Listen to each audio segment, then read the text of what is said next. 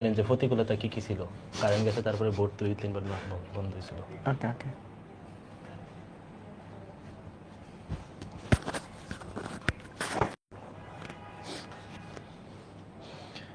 আসসালামু আলাইকুম। এসএসসি 25 ব্যাচের শিক্ষার্থীরা, আমরা খুবই সরি এজন্য যে আমাদের এই গাইডলাইন সেশনটা শুরু করতে বেশ খানিকটা লেট হয়ে গেছে।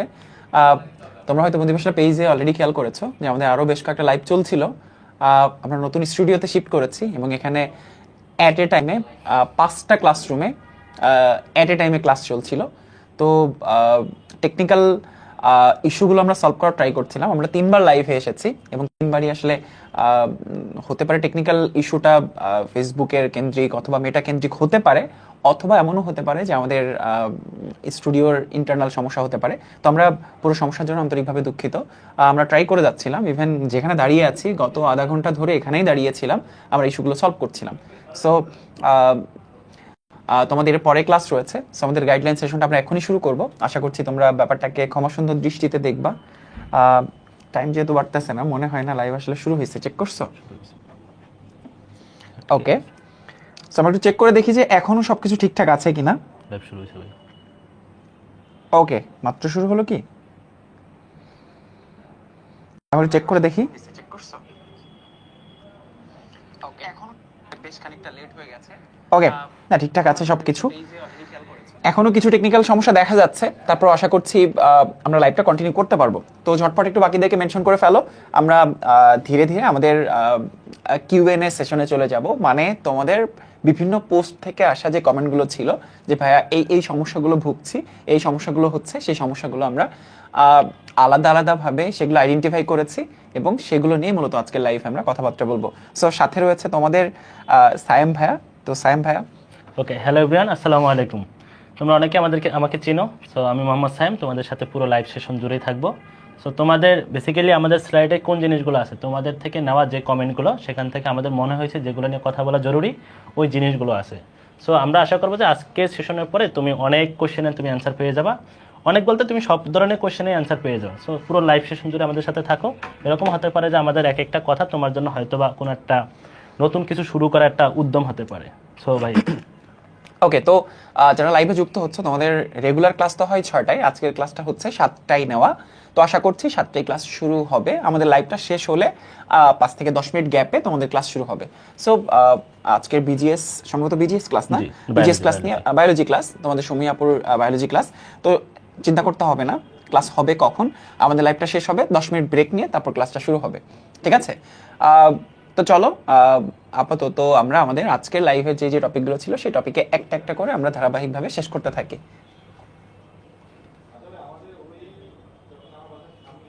পটাতে যাও।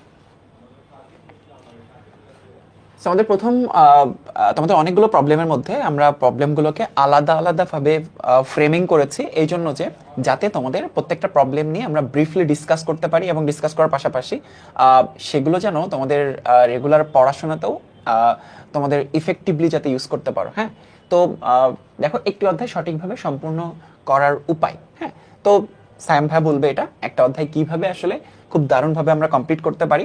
হ্যাঁ, তো কমপ্লিট করার জন্য আসলে কি কি ওয়ে হইতে পারে? আচ্ছা, ওকে, যদি বলি তাহলে ভাই আমাদের প্রথমে লেকচার যেটা দেয়, আমরা যে ক্লাস দেই, ক্লাসের পাশাপাশি তোমরা সুন্দর একটা নোট করে ফেলবো। আমরা পিডিএফও তোমাদেরকে প্রোভাইড করে থাকি, আমাদের পিডিএফ দেখে হোক বা আমাদের ক্লাসের সাথে সাথে তোমরা সুন্দর একটা নোট করবা। তো প্রথম কাজ হলো তোমার নোট করে ফেলা, ক্লাস প্লাস নোট করে ফেলবা, এটা হচ্ছে তোমার একদম প্রথম কাজ। ওকে ওকে, তো তোমার প্রথম ডিউটি হলো ক্লাস প্লাস নোট করে ফেলবা। এখন ভাই আমরা অনেকে করে কি ক্লাস আর নোট করে কিন্তু আমরা ঘুমিয়ে যাই, এটা কি করা উচিত কিনা? না মানে নোটটা কেন করা হয়? নোট করার উদ্দেশ্য হচ্ছে প্রথমবার একটা ক্লাস করলে দেখা যায় যে 2 ঘন্টার একটা ক্লাস নোট করতে হয়তো 3 ঘন্টা বা আরো বেশি সময় লেগে যাচ্ছে। জি ভাই, এক্স্যাক্টলি। কিন্তু অনেকে এটা বুঝেই না যে পরবর্তীবার তুমি এই নোটটা তো 3 মিনিটে রিভাইজ করতে পারবা, তারপরের বার দেখা যাবে 1 মিনিটে তুমি রিভাইজ করে ফেলতে পারতেছো। সো গ্রাজুয়ালি তোমার এই সময়টা কমতে থাকবে।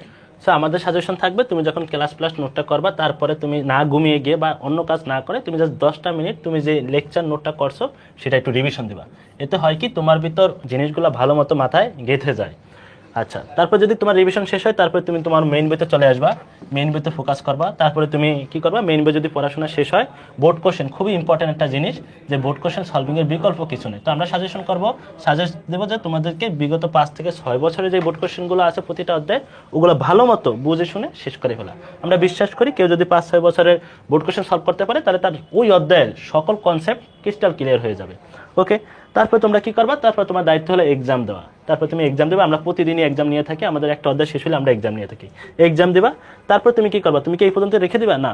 তারপর দেখো তুমি জিনিসটা যদি 1 উইক যায় তাহলে ভুলে যেতে পারি, তো তুমি উইকলি হোক বা তোমার মান্থলি হোক ওই জিনিসটা আবার রিভিশন করার চেষ্টা করবা। তারপরে তুমি এরকম প্রসেসে আবার আগাইতে থাকবা। সো এই সাইকেল যদি তোমার চলমান থাকে, তাহলে তোমার জন্য একটা বেটার প্রিপারেশন হয়ে যাবে যে কোনো একটা অধ্যায়ের। ভাই খুব দারুণভাবে বুঝিয়েছো। আসলে এটাই যে এখানে আসলে যেটা বলা হলো, এটা একটা আইডিয়াল কনসেপ্ট। এটাকে তোমার প্রতি সাইকেলে এভাবে এভাবে প্রতিদিনের জন্য, মানে প্রতি সময়ের জন্য, প্রতিটা ক্লাসের জন্য এটাই তোমাকে আসলে মেনটেন করতে হবে। আশা করছি এটা খুব কমন একটা প্রবলেম ছিল, এটা যদি মেনটেন করো পুরো প্রবলেমটা আশা করি সলভ হয়ে যাবে। তাহলে আর কোনো অধ্যায় নিয়ে তোমাদের তেমন একটা ঝামেলা হওয়ার কথা না। সো আমরা এই জায়গায় যে জিনিসটা ভালো মতো ফোকাস করতেছি সেটা হলো বোর্ড কোশ্চেন।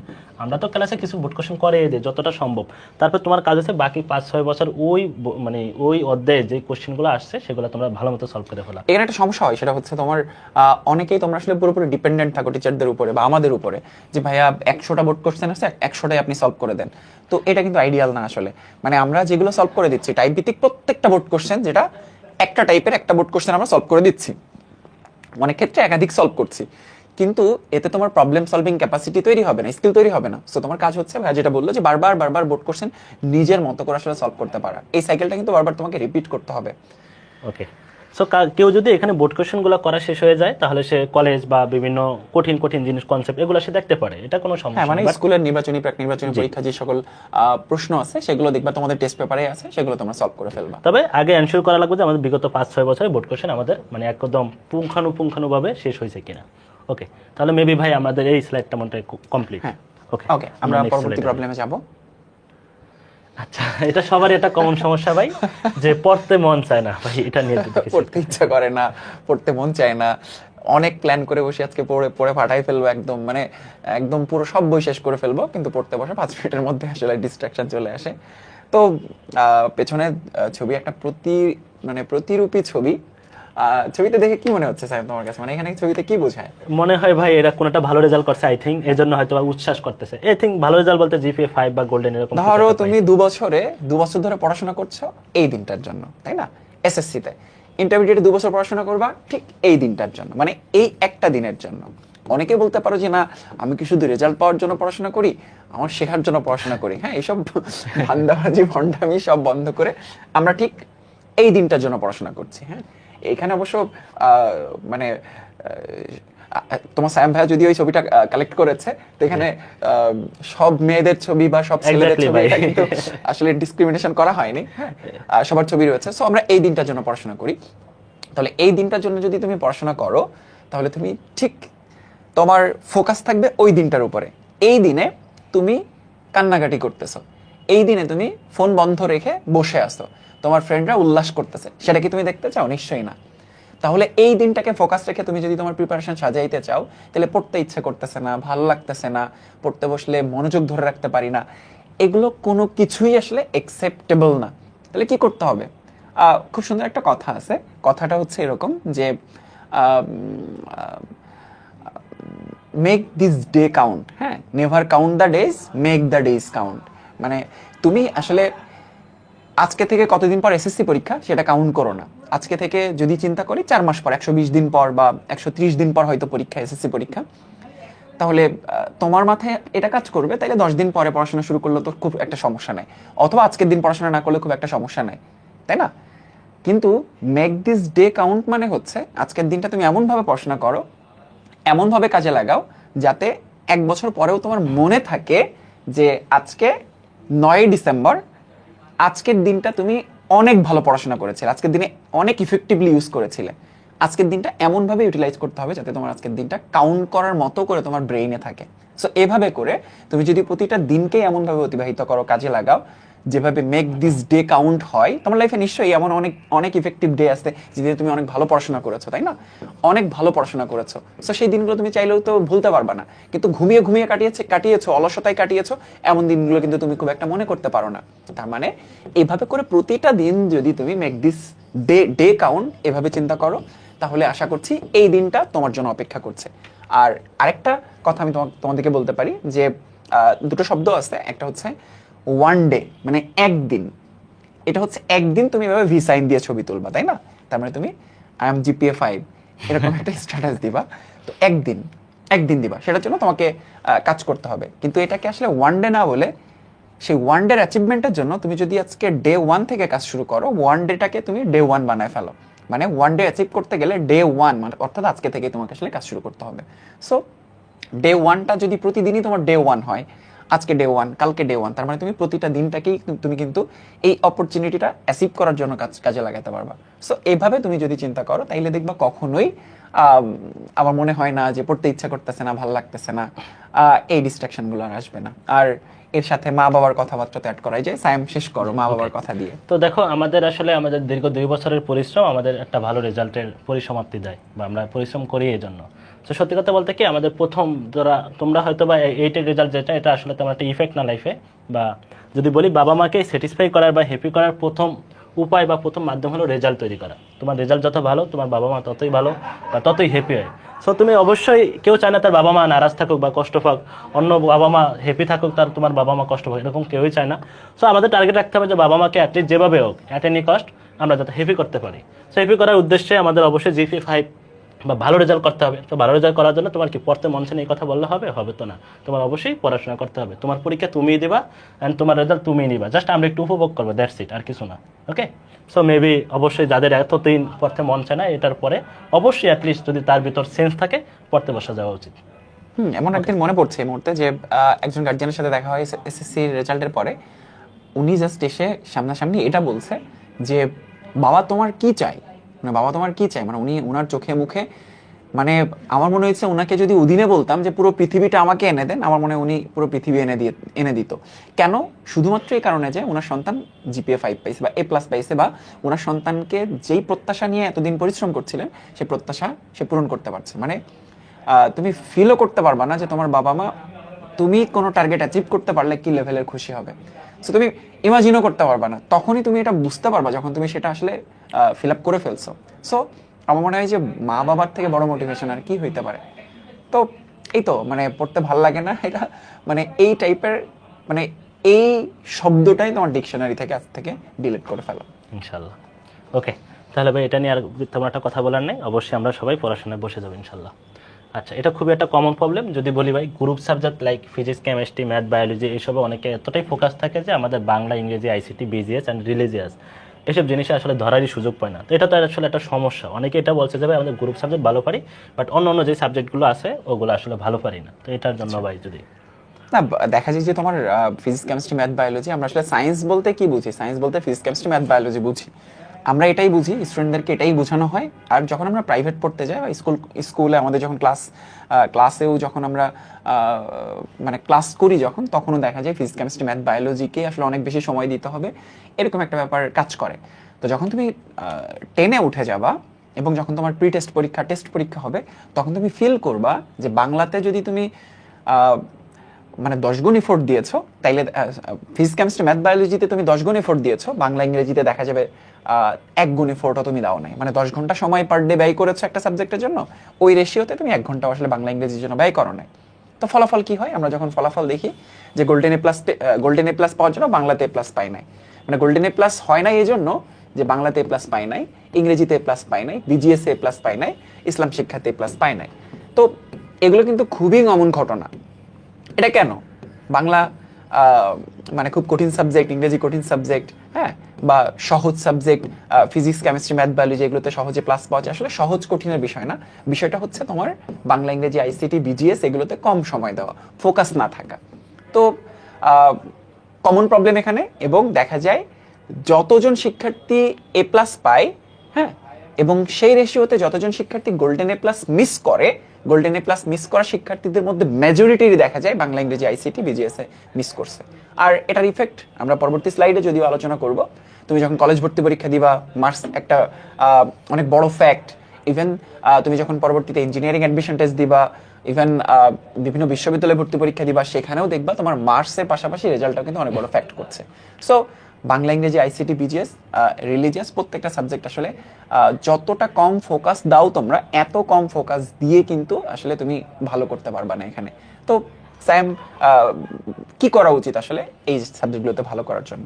ভাই সত্যি কথা বলতে ওই আপনি যেটা বলছেন এটাই সত্য যে আসলে আমাদের এদিকে ফোকাসটাই থাকে না, একদম খুবই কম সময় দিই। এটা আমাদের করা উচিত না। আমাদের অবশ্যই আমরা যে ডেইলি রুটিন করবো বা যাই করি না কেন, সেখানে আমাদের প্রতি উইকে এই সাবজেক্টগুলো ইনক্লুডেড থাকা উচিত। আমার মনে হয় এগুলা হালকা একটু ইফোর্ট দিলে ভালো রেজাল্ট করা পসিবল, বাট আমরা ইফোর্টই দিতে চাই না। বাট এটাও আমাদের বোঝা উচিত যে এই মার্কগুলো আমাদের জন্য খুবই গুরুত্বপূর্ণ। যেটা আপনি বলছিলেন যে ভাই কলেজ অ্যাডমিশন টেস্ট খুবই গুরুত্বপূর্ণ একটা জিনিস। এখানে তোমার যদি মার্ক ক্যারি করতে না পারো, তাহলে এমন দেখা যাচ্ছে তোমার কাঙ্ক্ষিত কলেজে তুমি মানে ফর্মই তুলতে পারতেছো না। তো জিনিসগুলো তো বোঝা লাগবে। জাস্ট আগামী এখনো ভাই ওদের হাতে 3 থেকে 3.5 মাসের মতো সময় আছে। কেউ যদি এখনো শুরু করে, আমরা বিশ্বাস করি ও আসলে শেষ করতে পারবে। সো তুমি তোমার মতো করে একটা রুটিন করে ফেলো, অ্যান্ড রুটিন অনুযায়ী তুমি আগাইতে থাকো, যাতে অ্যাটলিস্ট তোমার মানে পরীক্ষা দেওয়ার আগেই তোমার জিনিসগুলো ভালো মতো 2বার করে হলো রিভিশন হয়ে যায়। তো আমার মনে হয় কেউ একটু যদি হালকা একটু এফোর্ট দাও, দিনের 1 ঘন্টা সময় দিলেই এই জিনিসগুলো ইজিলি মানে এমন না যে তোমার ফিজিক্স তুমি ডেইলি 5 ঘন্টা পড়ছো, তোমার বাংলা ইংরেজি আসলে 5 ঘন্টাই পড়তে হবে, ব্যাপারটা এমন না। কিন্তু তুমি অলরেডি গত 1.5-2 বছরে বেশ বড় একটা গ্যাপ ক্রিয়েট করে ফেলেছো। তার মানে এখন তো তোমাকে আসলে সময় দিতেই হবে। মানে না হলে তুমি দেখবা ফিজিক্সের সবগুলো চ্যাপ্টার, কেমিস্ট্রির সবগুলো চ্যাপ্টার তুমি মোটামুটি একবার পড়েছো, কিন্তু বাংলা ইংরেজির অনেক জায়গা আছে যেগুলো টপিক সম্পর্কে তোমার আসলে বেসিক কোনো আইডিয়াই নাই। তো এরকম অবস্থায় তুমি জাস্ট সাজেশন ভিত্তিক পড়াশোনা করে তুমি আসলে ভালো করতে পারবা না। সো বেশ রিস্কি একটা জায়গা। তবে বাকি যে সময়টুকু আছে সেই সময়টুকু যদি ফোকাস রেখে সবগুলো সাবজেক্টের সমান গুরুত্ব দিয়ে তুমি যদি পড়ো, সমান গুরুত্ব বলতে কিন্তু সমান সময় না, হ্যাঁ, সমান গুরুত্ব দিয়ে পড়তে হবে আসলে। আশা করছি বাংলা ইংরেজি আইসিটি বিজিএস এ খুব একটা সমস্যা হবে না। আর সেই সাপোর্টটা তো আমরা দিচ্ছি আমাদের পাওয়ার প্লে প্রোগ্রামে। বারবার পাওয়ার প্লের কথা চলে আসে এই জন্য যে পাওয়ার প্লেতে ফিজিক্সে ঠিক যতটুকু আমরা গুরুত্ব দিচ্ছি, বাংলা ইংরেজি আইসিটি কেমিস্ট্রি সবগুলোতে আসলে সমান গুরুত্ব দিচ্ছি। ইভেন ক্লাস নাম্বারটাও প্যারালাল। হ্যাঁ, ধরো কেমিস্ট্রিতে 15টা ক্লাস হবে, তাইলে মেক শিওর করতেছি বাংলাতে 15টা ক্লাস হবে, হ্যাঁ, বিজিএস এ 15টা ক্লাস হবে। এবং দেখা যাবে যে মানে বাকি সবগুলো সাবজেক্টে আমরা এতগুলো করে ক্লাস এনশিওর করতেছি। তারপরে আমরা কিন্তু ওই গুরুত্বের জায়গাটা ঠিকঠাক রেখেছি আমাদের পাওয়ার প্লে প্রোগ্রামে। ইভেন প্রতিটা এক্সাম, প্রতিটা অধ্যায়ের এক্সাম নিচ্ছি। লাইক আমরা তো এরকম করতে পারতাম যে শুধু physics chemistry math biology exam নিতাম, বাংলার এক্সাম নিতাম না, বা বিজিএস এক্সাম নিতাম না। বাট আমরা আসলে সবগুলো জিনিসেরই এক্সাম নেওয়ার চেষ্টা করতেছি বা এক্সাম নিচ্ছি আর কি অলরেডি। সো বুঝো আমরা আসলে আমাদের দিক থেকে গুরুত্বটা বুঝতেছি, তোমরা হয়তো অনেকে বুঝতেছে না, এই আর কি। সো অবশ্যই সব কিছুতে সমান গুরুত্ব দিতে হবে। অ্যাটলিস্ট যেটা ভাই বললেন যে তোমার 5 ঘন্টা সময় দেওয়ার দরকার নেই, অ্যাটলিস্ট 1 ঘন্টা সময় দিলে আমাদের জিনিসগুলো একদম সলভ হয়ে যাবে ইনশাল্লাহ। ওকে, সো মেবি এটা একটা কমন সমস্যা ছিল, এটা সলভ হয়ে গেল। ওকে, যদি ভাই কারো স্পেসিফিক কোনো সাবজেক্টের সমস্যা থাকে, লাইক অনেকের যে ফিজিক্সের ম্যাথ ধরতে পারে না, অনেকে আবার কেমিস্ট্রির রিয়াকশন লিখতে পারে না, অনেকে আবার ম্যাথের যে কোনো একটা অধ্যায় ভালো পারে না, এরকম হলে আমাদের কি করণীয় বা কি করা যায় তখন? প্রথমত হচ্ছে আমরা আসলে বুঝতে পারি না যে আমাদের সমস্যা কোথায়। হ্যাঁ, বা বেসিক বুঝি না, আমার প্রিপারেশন একদম জিরো। আসলে প্রিপারেশন তো জিরো হয় না। হ্যাঁ, মানে প্রথমত প্রবলেম আইডেন্টিফাই করা। তো প্রবলেম আইডেন্টিফাই করার ওয়েটা হচ্ছে এরকম, তুমি যখন এক্সাম দিবা বা তুমি যখন প্রবলেম সলভ করবা, কোশ্চেন সলভ করবা, তখন তুমি বুঝতে পারবা যে তোমার আসলে ল্যাকিংসটা কোথায়। তো আমরা মনে করি যে সাধারণত কি হয়, সাধারণত টেস্ট পেপার সলভ করতে যায় একটা সিকিউতে সমস্যা, আমরা যখন এমসিকিউ সলভ করতে যাই ওই এমসিকিউতে সমস্যা, তখন দেখা যায় কি করে ওই এমসিকিউটা মুখস্থ করে ফেলি। হ্যাঁ, আলটিমেটলি তোমার সমস্যাটা তো সিকিউ বা এমসিকিউতে না, তোমার সমস্যা হচ্ছে ওই টপিকের বেসিকের সমস্যা। কারণ তুমি যদি ওই সিকিউ বা এমসিকিউটা সলভ করো, তার মানে ওই টপিক থেকে একটু ঘুরিয়ে পেঁচিয়ে দিলে তুমি আর সলভ করতে পারবা না। তার মানে মূল সমস্যা হচ্ছে বেসিকে। হ্যাঁ, তো স্পেসিফিক সাবজেক্টের সমস্যা মানে ওই সাবজেক্টের বেসিকে তোমার সমস্যা, ওই সাবজেক্টের মানে ফাউন্ডেশনে তোমার সমস্যা। এটা প্রথমত তোমাকে আসলে বিশ্বাস করতে হবে। তার মানে তুমি যখন প্রবলেমটা আইডেন্টিফাই করতে পারবা না, তখন কিন্তু তুমি সেই প্রবলেমের সমাধানও খুঁজে পাবে না। আর কোনো টিচারই তোমার আসলে প্রবলেমটা খুঁজে বের করে দিতে পারবে না, তোমাকে সেটা নিজে অ্যানালাইসিস করতে হবে। সো এইটা শিওর যে তোমার ওই সাবজেক্টের বেসিকে সমস্যা। তাহলে সমাধানটা কি? সমাধানটা হচ্ছে বেসিক ডেভেলপ করা। তো সমস্যা বেসিক, সমাধানও হচ্ছে বেসিক ডেভেলপ করা। তো বেসিক ডেভেলপ করার ওয়েটা কি? ওটা হচ্ছে একদম প্রতিটা শব্দ, প্রতিটা টার্ম বুঝে বুঝে পড়া এবং ডিপে যেয়ে পড়া। এখন এখানে আসলে কয়েকটা জিনিস চলে আসে যে আমাদের সাধারণত এসএসসি লেভেলের যে বইগুলো আছে স্বয়ংসম্পূর্ণ না। হ্যাঁ, তুমি যখন টেস্ট পেপার সলভ করতে যাবা তখন দেখবা যে বোর্ড এক্সামেই প্রশ্ন আসতেছে যেগুলো বইতে নাই। হ্যাঁ, তুমি প্রত্যেকটা সাবজেক্টে এটা দেখবা। তার মানে কোন একটা টপিক নিয়ে বইতে যতটুকু ডিসকাশন করা হয়েছে এটা এনাফ না। তো তা যদি এনাফ না হয়, এই ক্ষেত্রে সবসময় তোমাকে কোনো না কোনো মেন্টরের উপর ডিপেন্ডেন্ট হইতেই হবে। তাহলে না হলে তুমি ওই এক্সট্রা টপিকগুলো কই থেকে পড়বা? সো তখন যেটা করতে হবে যে এরকম কোনো সহায়ক, যেমন পাওয়ার প্লে প্রোগ্রাম, হেল্প নিতেই হবে। আমরা অনেক, দেখো বইতে যতগুলো টপিক আছে বেসিক যখন তোমাদেরকে পড়াই অনেক ডিটেইল পড়ায়। তো যখন তোমাকে ডিটেইলস বেসিক পড়ানো হচ্ছে তখন তখন তুমি দেখবা আলটিমেটলি তোমার বেসিকে তো সমস্যা সমাধান হয়ে যাচ্ছে, টেস্ট পেপার আসলে আর ধরতেও হচ্ছে না। মানে ধরতে হচ্ছে না ব্যাপারটা কি, গত ক্লাস যখন রসায়ন শক্তি চ্যাপ্টারটা আমি যখন পড়াই পাওয়ার প্লে প্রোগ্রামে, তখন একটা জিনিস তোমরা খেয়াল করেছো, একটা সিঙ্গেল সিকিউ সলভ করা লাগে নাই, ইভেন এমসিকিউ মানে জাস্ট ক্যালকুলেশনও করা লাগতেছে না। তোমরা দেখে বুঝতে পারছো যে এটার অ্যান্সার কি হবে। এটা কেন? আলটিমেটলি এটাই তো মানে মানে অ্যাকচুয়াল পড়ার স্টাইল, যে তুমি বেসিকটা এমনভাবে পড়বা পৃথিবীর যেখান থেকে তোমাকে প্রশ্ন দেওয়া হোক না কেন ওইটাই বেসিকের ভেতর থেকেই তো আসবে। তার মানে তোমাকে দেখো টেস্ট পেপার সলভ করা লাগতেছে না, বা টেস্ট পেপার সলভ করতে গেলে তুমি সব কিছু পারো, এমসিকিউ সলভ করতে গেলে সব কিছু পারো। দ্যাট মিনস বোর্ড এক্সামে যে প্রশ্নগুলো আসবে সেটাও তুমি দেখেই সলভ করতে পারবা। ঘুরে ফিরে দেখো প্রবলেমের সলিউশনটা কিন্তু ওই বেসিকের কাছে। বেসিক যত ডেভেলপ করতে পারবা, যত ডিটেইল ভাবে বেসিক ডেভেলপ করতে পারবা, তোমার দেখবা স্পেসিফিক সাবজেক্টের সমস্যা, স্পেসিফিক টপিকের সমস্যা, স্পেসিফিক প্রশ্নের সমস্যা তত দ্রুত সলভ হয়ে যাবে। তো আমার কাছে মনে হয় যে এইটাই হচ্ছে আলটিমেট জায়গা। এটা যার যত স্ট্রং হবে, সে কলেজ অ্যাডমিশন টেস্ট যদি তুমি দিয়ে থাকো সেখানে দেখবা ভালো করবা, তুমি ইন্টারমিডিয়েটে যে আরো ভালো করতেছো। সো ঘুরে ফিরে কিন্তু আসলে বেসিকটাই। স্যাম, তুমি যদি অ্যাড করতে চাও কিছু। আচ্ছা, তো যেটা বললেন ভাই যে আসলে তোমাদের স্পেসিফিক সাবজেক্টে যদি সমস্যা থাকে তার মানে কি তোমার বেসিকটাই সমস্যা। এটা আমাদের ক্লাস দেখে হোক যেভাবে হোক তোমার এটা নিজেকে আসলে ফাইন্ড আউট করা লাগবে বা এটা সলভ করা লাগবে। তো তুমি এখন দেখো, তুমি যদি অন্য সাবজেক্ট ভালো পারো তাহলে যে কোনো একটা সাবজেক্টে যদি বেশি সমস্যা থাকে ওই সমস্যাগুলো তুমি ফাইন্ড আউট করো, আর ওটাতে একটু বেশি ফোকাস থাকো।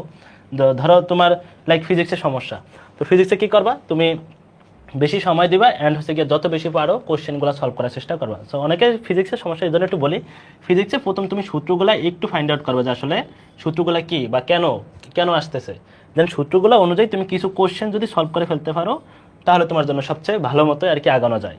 তো যেমন ফিজিক্সে যে কোনো একটা কোশ্চেন অ্যাপ্রোচ করা, তোমার প্রথম জিনিস হচ্ছে কী ডাটা আছে সেগুলো আসলে লিখে ফেলা, দেন সেই অনুযায়ী তোমার আসলে কোন সূত্রটা অ্যাপ্লিকেবল সেটা তুমি ইউজ করা। তো জিনিসগুলো যদি তুমি আস্তে আস্তে চর্চা করতে থাকো তাহলে একটা সময় পর্যায়ে তুমি ইউজ টু হয়ে যাবা, অ্যান্ড জিনিসগুলো তুমি দেখে অনেক কিছু সলভ করতে পারবা। যেহেতু আমাদের হাতে এখনো পর্যাপ্ত সময়, তুমি আগামী 1 মাসের ভিতর যেই বিষয়গুলোতে তোমার বেশি সমস্যা ওগুলোতে একটু বেশি ফোকাস থাকতে পারো, তাহলে আমার মনে হয় এই জিনিসটা সলভ হয়ে যাবে ইনশাল্লাহ। ভাই মেবি এটা নিয়ে কথাবার্তা হয়েছে, মানে সোজা কথা তোমাদের বেসিক দুর্বল হলে আমাদের ক্লাস দেখলে, আমাদের ক্লাস একদম দেখো বেসিক থেকে শুরু করে মানে যতটুকু যাওয়া পসিবল সব কিছু করা হচ্ছে। আমাদের ক্লাস দেখে তারপর নিজের মতো করে মেইন বই পড়লে মোটামুটি ক্লিয়ার হয়ে যাবে ইনশাল্লাহ। আচ্ছা ভাই, ইফেক্ট অফ এসএসসি রেজাল্ট অনেকে আসলে বুঝে না, যে মনে করে যে এসএসসি রেজাল্টে মানে কিছুই নেই বা এসএসসি রেজাল্টে কি হতে পারে ভবিষ্যৎ, যেটা আমি পার্সোনালি জানতাম না যে আসলে এসএসসি রেজাল্টের ইফেক্টটা কি। এখন ওদের তো আসলে আপডেটেড থাকা দরকার যেহেতু অনলাইনের যুগ। সো এসএসসি রেজাল্টের ভাই ইফেক্টটা ভবিষ্যতে কীরকম হতে পারে? একদম প্রাইমারি ইফেক্ট হচ্ছে তুমি যত নাম্বার পাচ্ছ, আগে আসলে ব্যাপারটা এমন ছিল না। তুমি আসলে চাইলেই হয়তো তোমার পছন্দের কলেজে ভর্তি হতে পারতে 2013, 14, 15, 16 দিকে। হ্যাঁ, তো রিসেন্ট ইয়ারগুলোতে যেটা হয়, তোমরা হয়তো খেয়াল করেছো, তোমার এসএসসিতে কত মার্কস পাচ্ছ সেই মার্কসের উপর ভ্যারি করে তোমাকে আসলে কলেজে অ্যাপ্লাই করতে হয়। হ্যাঁ, ফর্ম পূরণ করতে হয়, চয়েস লিস্ট দিতে হয় যে আমি এই কলেজগুলোতে আমি আসলে ভর্তি হইতে চাই। তো তখন কি হয়, তখন ধরো একটা কলেজে সিট আছে 500, সায়েন্সের জন্য সিট আছে 500।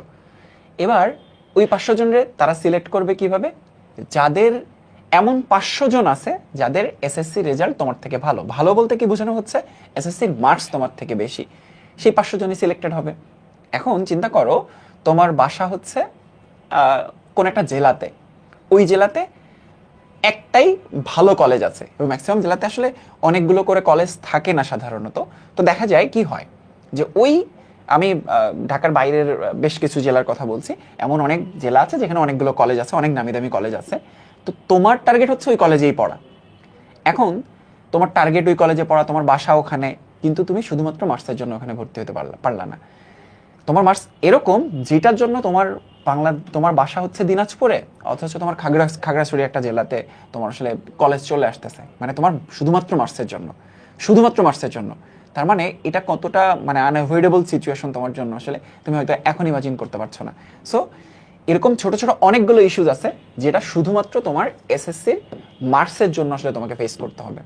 তো তোমার মার্কস যতটা সম্ভব বাড়ানো উচিত যেন তুমি ভালো একটা কলেজে, তোমার পছন্দের কলেজে আসলে ভর্তি হইতে পারো। এটা হলো প্রথম কথা। যদি তোমার মার্কস আসলে আশানুরূপ থাকে, তার মানে তোমার পছন্দসই কলেজে তো তুমি যেতেই পারছো। এরপরে যেটা আসে তোমার হচ্ছে অ্যাডমিশন টেস্টে, ম্যাক্সিমাম অ্যাডমিশন টেস্টে দেখা যায় এসএসসি এইচএসসি রেজাল্ট মিলিয়ে একটা জিপিএ বা স্কোর দেওয়া হয়। তোমরা হয়তো এটা পরবর্তীতে জানবা। তো এইচএসসিতে যে তুমি জানতে পারলা যে তোমার এসএসসির মার্কসটা গুরুত্বপূর্ণ বা এসএসসি মার্কসটা অ্যাডমিশনের কাজে লাগতেছে, মানে আজকে থেকে 3 বছর পর। এখন তুমি সেটা 2 বছর পরে জানতে পারলা বা এটা 1 বছর পরে জানতে পারলা, তখন কি তোমার হাতে আর কোনো ওয়ে আছে যে এসএসসি রেজাল্ট চেঞ্জ করে ফেলবো? পারবা না। তো তুমি অ্যাডমিশনে যে জানতে পারলা যে ভাইয়া এসএসসি রেজাল্টটা গুরুত্বপূর্ণ ছিল, এসএসসির রেজাল্টটা এখানে ক্যারি করা হচ্ছে, তখন তো তুমি কোনো সলিউশন করতে পারবে না। এই জন্য তোমাদেরকে এখন বলা যে সামনে যেহেতু এসএসসি পরীক্ষার জন্য তোমরা 3 মাস সময় পাচ্ছ, তার মানে এই গুরুত্বটা বোঝানো এসএসসি রেজাল্টটা তোমাদেরকে আসলে কেন ভালো করতে হবে। সো ফিউচারে কিন্তু তুমি আটকে যাওয়ার ভালো সম্ভাবনা আছে যদি তুমি এখানে ভালো রেজাল্ট না করো। আচ্ছা ওকে ভাই, ভাই আমি একটু অ্যাড করি। আচ্ছা তোমরা অনেকেই এখন থেকে অনেকে হয়তো বা ইঞ্জিনিয়ার হওয়ার স্বপ্ন দেখো, অনেকে হয়তো বা ঢাকা মেডিকেলে পড়বা বা মেডিকেলে পড়ে একজন ডাক্তার হওয়ার স্বপ্ন দেখো, অনেকে হয়তো ভার্সিটি পড়াশোনা করে কিছু একটা হওয়ার স্বপ্ন দেখো। এখন এই স্বপ্নগুলো দেখা তোমার প্রাইমারি স্টেজটাই হলো এসএসসি। দেখো তুমি যদি সামহাও এখানে একটা A+ মিস করে ফেলো এসএসসিতে, এরকম হতে পারে যে তুমি আসলে বিভিন্ন জায়গায়, যেমন বুয়েটে পরীক্ষা দেওয়ার জন্য তুমি হয়তো বা ফর্মই তুলতে পারবে না, ঠিক আছে, বা মেডিকেলে বসার জন্য তোমার যে মার্ক দরকার সেই মার্ক তোমার হয়তো বা নাই, বা এসএসসিতে তুমি যদি খারাপ করো কোনো একটা মতে, তাহলে এরকম দেখা যায় যে মেডিকেলে তোমার কিছু মার্ক কেটে গেছে। তো কিছু মার্ক কেটে যাওয়া মানে হচ্ছে অনেক তুমি পিছিয়ে পড়ছো অনেকের থেকে, বা বুয়েটে কোনো একটা কারণে বা কোনো একটা রিকোয়ারমেন্ট দিয়েছে যে রিকোয়ারমেন্ট তোমার ফুলফিল হচ্ছে না, তাহলে তো তুমি ফর্মই তুলতে পারতেছো না, তাহলে তো তোমার স্বপ্নটা এখানেই শেষ। তাহলে তোমার বুঝতে হবে যে আসলে তুমি যতই স্বপ্ন দেখো যে বুয়েটিয়ান হবা বা ইঞ্জিনিয়ার হবা বা কোনো একটা ভালো মেডিকেলে পড়াশোনা করবা বা ভালো বিশ্ববিদ্যালয়ে পড়াশোনা করবা, এগুলা স্বপ্নটা এখন থেকে দেখা উচিত। আর এর জন্য এখন থেকে পড়াশোনা করা উচিত যাতে আমাদের এসএসসিতে খুব ভালো একটা মার্ক থাকে অ্যান্ড ভালো একটা রেজাল্ট আমরা তৈরি করতে পারি। বুঝতে পারছো? তো তোমরা যতই স্বপ্ন দেখো যে আসলে যে আমরা বুয়েটিয়ান হব, কিন্তু তোমরা পড়াশোনা করতেছো না বা সামহাও এই এসএসসি রেজাল্টটা খারাপ হয়ে যাবে, তখন তোমাদের জন্য জিনিসটা আসলে টাচ করা ডিফিকাল্ট হয়ে যাবে। সো তোমাদের প্রতি আমাদের রিকোয়েস্ট থাকবে যে এখন থেকে তুমি যেই স্বপ্নটা দেখো, অবশ্যই তোমার স্বপ্ন দেখা উচিত বা আমাদের সবারই স্বপ্ন দেখা উচিত, সেই অনুযায়ী তো তোমার পরিশ্রম করা লাগবে। সেই জিনিসগুলো হলো এদের কিছু রিকোয়ারমেন্ট থাকে এসএসসি বেসড, সেই রিকোয়ারমেন্টগুলো তোমার যদি ফুলফিল করা না থাকে তাহলে তোমার জন্য জিনিসটা আসলে অ্যাচিভ করা ডিফিকাল্ট হয়ে যায়। দ্যাটস আমরা বলবো যে এখানে অ্যাটলিস্ট যেভাবেই হোক এসএসসিতে আমাদের জিপিএ 5 থাকাই লাগবে। অ্যান্ড কেউ যদি ভালো কলেজে আমাদের অ্যাডমিশন নিতে চাই তাহলে অবশ্যই 1200+ মার্ক বা 1200 বা 1150+ মার্ক যাতে আমরা ক্যারি করতে পারি, সেই অনুযায়ী আমাদের আর কি পড়াশোনা কন্টিনিউ রাখা উচিত। সো তোমরা আসলে হয়তো অনেকে ইফেক্টটা এখন বুঝতেছো না, যখন একটু বড় হবা তখন বুঝতে পারবা।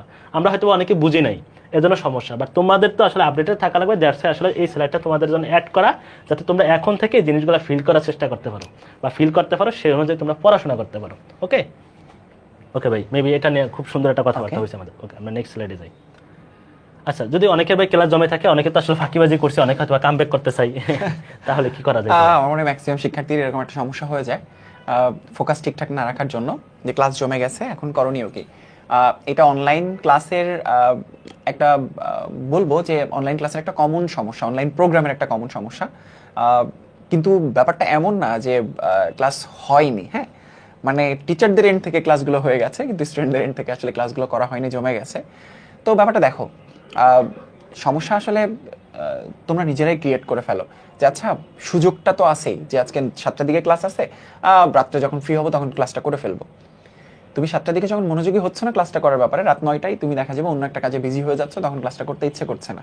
হ্যাঁ, তো এইভাবে করে করে রেগুলার তোমার মানে তুমি যখন একটা অজুহাত নিজের জন্য মানে স্ট্রিক্ট হয়ে যাবে একটা অজুহাতে, দেখবা পরবর্তী দিন তোমার আসলে সেম সমস্যাটাই নির্দিষ্ট টাইম, ওই ক্লাস শুরুর টাইমেই তোমার আসলে সেম জিনিসটাই মনে হচ্ছে, আচ্ছা এটা তো রাত 9টার দিকে আমি করে ফেলতে পারবো। তো এভাবে করে যেটা হয়, ম্যাক্সিমাম শিক্ষার্থী আসলে ক্লাস জমিয়ে ফেলে।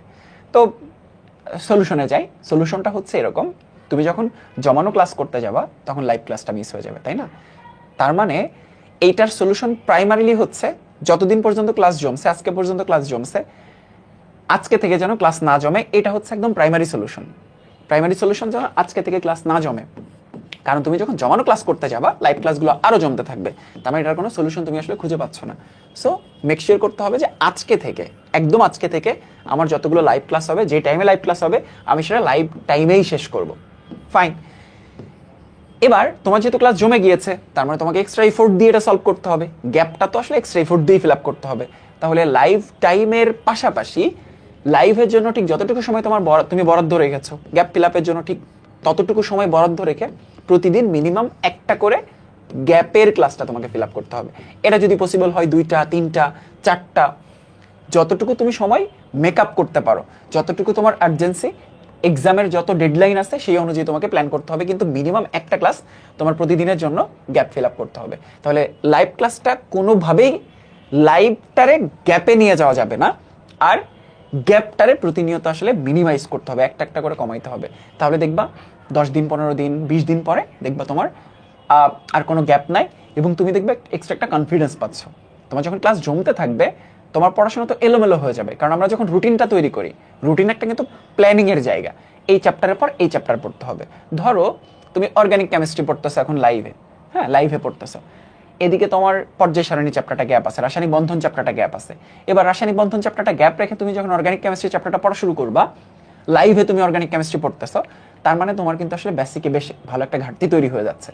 তো শুধুমাত্র এটা না যে তুমি গ্যাপ ফিল আপ করলেই আসলে সবকিছু ঠিকঠাক হয়ে যাচ্ছে, তোমার কিন্তু পড়াশোনাটা এলোমেলো হয়ে যাচ্ছে এবং তুমি কিন্তু তোমার কনফিডেন্স হারাচ্ছ। সো অনেক কিছুতে তুমি আসলে সমস্যায় পড়ে যাবা।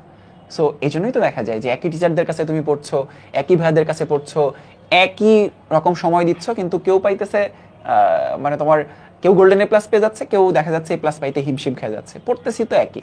সো অনেকগুলো জায়গাতে আসলে পার্থক্য ক্রিয়েট হয়ে যায়। সো আশা করছি এই দুটো একটা সমাধান হতে পারে। স্যাম তুমি যদি আসলে কিছু অ্যাড করতে না ভাই, চাও। এটাই আপনি যেটা বলছেন, আসলে আমাদের লাইভ ক্লাস মোটেও জমানো যাবে না, এর পাশাপাশি এক্সট্রা এফোর্ট দিয়ে আসলে আমাদের ক্লাসগুলো শেষ করতে হবে। এটা নিজ মানে উইলিংলি করতে হবে, কেউ এখানে তোমাকে ফোর্স করা যাবে না, ফোর্স করবেও না, তোমার নিজের তাগিদেই তোমাকে করতে হবে। এটা তোমার সুন্মতো একটা রুটিন করে তোমাকে করতে হবে, এর বাইরে কোনো কিছু আসলে এটা সলিউশন নাই। ওকে ভাই, অনেকে এখন এই কোশ্চেনটা অনেকেই করে আমাকে যে ভাই আমি যদি এখন থেকে ঠিকমতো পড়াশোনা করি তাহলে এসএসসিতে ভালো রেজাল্ট করা সম্ভব কিনা। আমি যদি একটু বলি তাহলে ওদের এক্সাম মোস্ট প্রবাবলি এপ্রিলে হতে পারে। মানে আমাদের কাছে এখন পর্যন্ত যে আপডেট তথ্য আছে সেই তথ্য অনুযায়ী আসলে ফেব্রুয়ারিতে এক্সাম হবে না, এপ্রিলে একটা এক্সাম হতে পারে।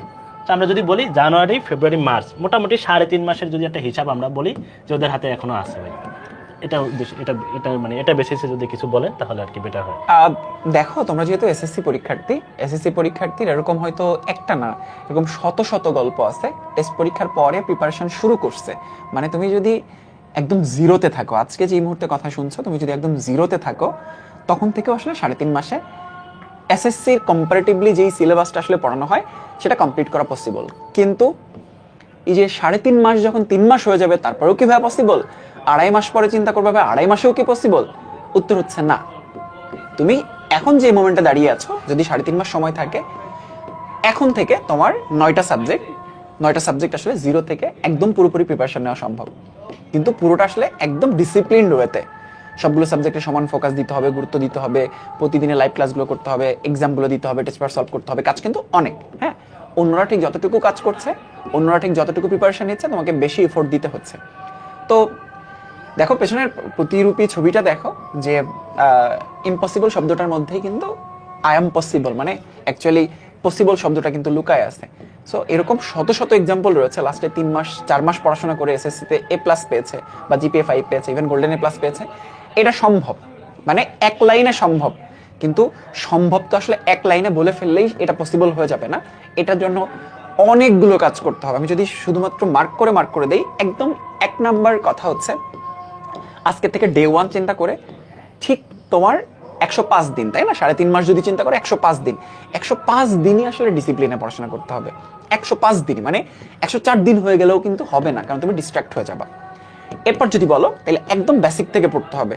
বেসিক থেকে পড়তে যে তোমার কোনো মেন্টরের হেল্প নিতে হইতে পারে, কোনো কোর্সের হেল্প নিতে হইতে পারে, পাওয়ার প্লের মতো। হ্যাঁ, যদিও পাওয়ার প্লে প্রোগ্রামে আমরা আসলে লাইভটা করছি, কিন্তু এটা ইউনিভার্সাল সবার জন্য, তোমার সকল বন্ধুদের জন্য, এই সিচুয়েশনে সবার জন্যই আসলে কথা। ইভেন পাওয়ার প্লে প্রোগ্রামে অনেক শিক্ষার্থী তোমরা থাকতে পারো যে হয়তো রিসেন্টলি অ্যাডমিট হচ্ছ অথবা পড়াশোনা একদম গোছাতে পারো নাই। তো বেসিক ক্লিয়ার করতে হবে। এরপর একই রকমভাবে তোমার ধরো বেসিক ক্লিয়ার করার পরে সে টেস্ট পেপার সলভ করা, সিকিউ এমসিকিউ সলভ করা, বারবার সলভ করা, এরপর যেখানে সমস্যা হচ্ছে সেই সমস্যাটা আবার বেসিকে এসে সলভ করে নেওয়া, আবার টেস্ট পেপার সলভ হয়ে যাওয়া, টেস্ট পেপার সলভ করার পরে আবার তোমাকে মডেল টেস্ট দিতে হবে, এক্সাম দিতে হবে, এক্সাম দিয়ে তুমি বুঝতে পারছো সেখানে আটকে যাচ্ছ, আবার তোমাকে বেসিকে চলে আসতে হবে, বেসিকটা ক্লিয়ার করে আবার test paper CQ MCQ solve করে আবার এক্সাম দিতে হবে। আর এর পাশাপাশি সব থেকে বেশি যেটা জরুরি সেটা হচ্ছে যে ডিসিপ্লিন মেনটেন করা, প্রতিদিন এই সাইকেলের প্রতিদিনই আসলে সাইকেলটা মেনটেন করা, প্রতিনিয়ত প্রতি 2 দিন 3 দিন পর, মানে আলটিমেটলি সাইকেলটা রিপিট হওয়া 9টা সাবজেক্টের জন্য, এবং রিপিটেডলি 9টা সাবজেক্টে সমান ফোকাস রাখা। তাহলে খুব সম্ভবত আল্লাহ চাইলে এই 3.5 মাসে হয়তো তোমার তুমি যেই টার্গেটটা অ্যাচিভ করতে চাচ্ছ সেটা পসিবল। তবে কোনো রকম ডিস্ট্রাকশন হলে কিন্তু আর পসিবল হবে না। ওকে ভাই, অনেকে কোশ্চেন করে যে আসলে এখন কয় ঘন্টা করে পড়াশোনা করা উচিত। এটা তো আসলে টোটালি তোমার উপর ডিপেন্ডেন্ট, যে আসলে তুমি কয় ঘন্টা পড়াশোনা করলে তোমার সুন্দর একটা প্রিপারেশন হবে, এটা টোটালি তোমার উপর ডিপেন্ডেন্ট। ওকে, এখন আসলে যেহেতু 3.5 মাসের মতো সময় আছে, এখন আসলে অন্য যে কোনো কাজ ছাড়া বাকি পুরোটা সময় আসলে পড়াশোনা করা উচিত। ঘুম, খাওয়া দাওয়া বা প্রাইভেট থাকলে বাকি পুরোটা সময় আসলে পড়াশোনার কাজেই ব্যয় করা উচিত। ওকে ভাই, ওদের একদম কমন একটা প্রবলেম অনেকে আমাকে বলে বা আপনাকে হয়তো বা বলে থাকতে পারে যে আসলে ভাই আমাদের একটা রুটিন করে দেন।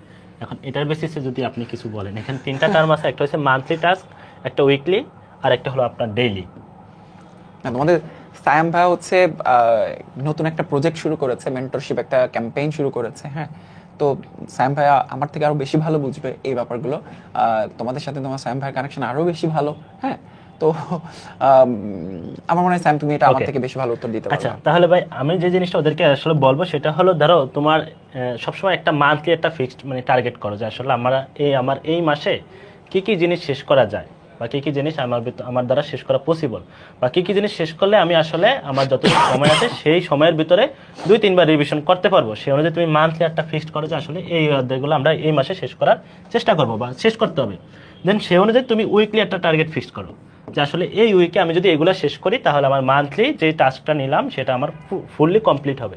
দেন তোমার মোস্ট ইম্পর্টেন্ট পার্ট সেটা হচ্ছে তোমার ডেইলি টাস্ক। এটা খুব ইম্পর্টেন্ট।